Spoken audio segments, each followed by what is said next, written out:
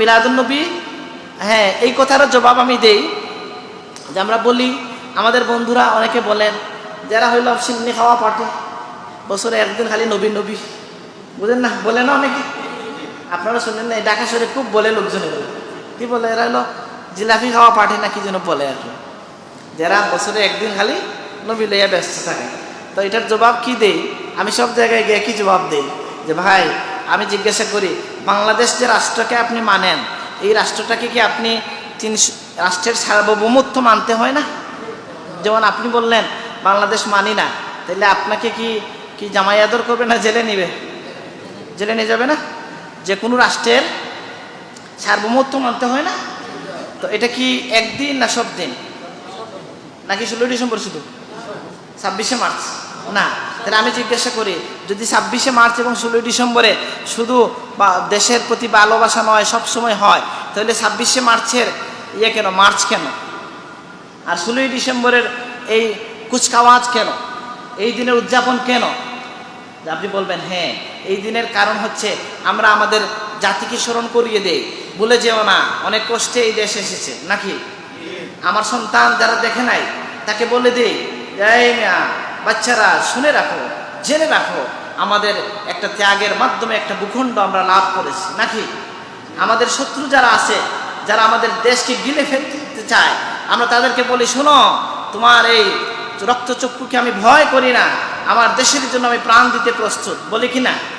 এই একদিনে শপথ নেন এবং এই একদিনে মানুষকে জাগ্রত করেন। মিলাদুন্নবী, আল্লাহর নবী আমাদের জীবনের প্রতিটা মুহূর্তে প্রতিটা সময়ে আসেন।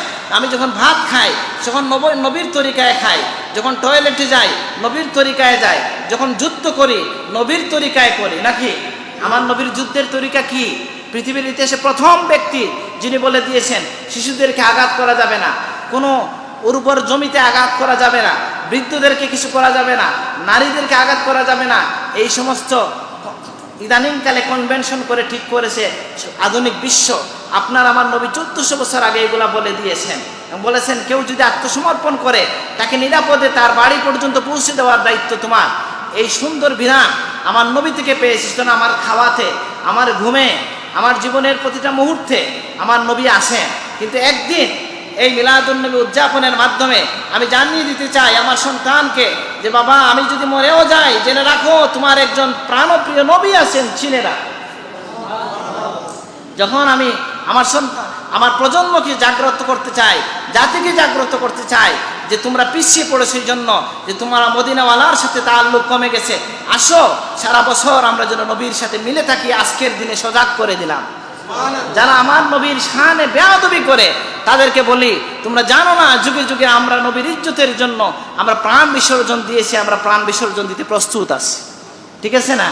মানে আমি বুঝাইতে চাইতেছি, দুনিয়ার নিয়ম হচ্ছে, দুনিয়ায় আপনি এটা মানছেন যে একদিন রাষ্ট্রের জন্য আনুগত্য প্রকাশ, একদিন রাষ্ট্রের ভালোবাসা প্রকাশ, একদিন রাষ্ট্রকে জনগণকে জাগ্রত করার প্রয়াস, একদিনে বহির্বিশ্বকে জানিয়ে দেওয়ার প্রয়াস। তাহলে আমি কেন বলতে পারবো না আমার যেমন একটা দেশ আছে অনেক বেশি গুরুত্বপূর্ণ আমার দেশের চেয়েও আমার নবী? বুঝেন নাই কথাটা? আমার যেমন একটা দেশ আছে, আমি দেশকে ভালোবাসি, আমার নবীকে আমি প্রাণের চেয়ে বেশি ভালোবাসি।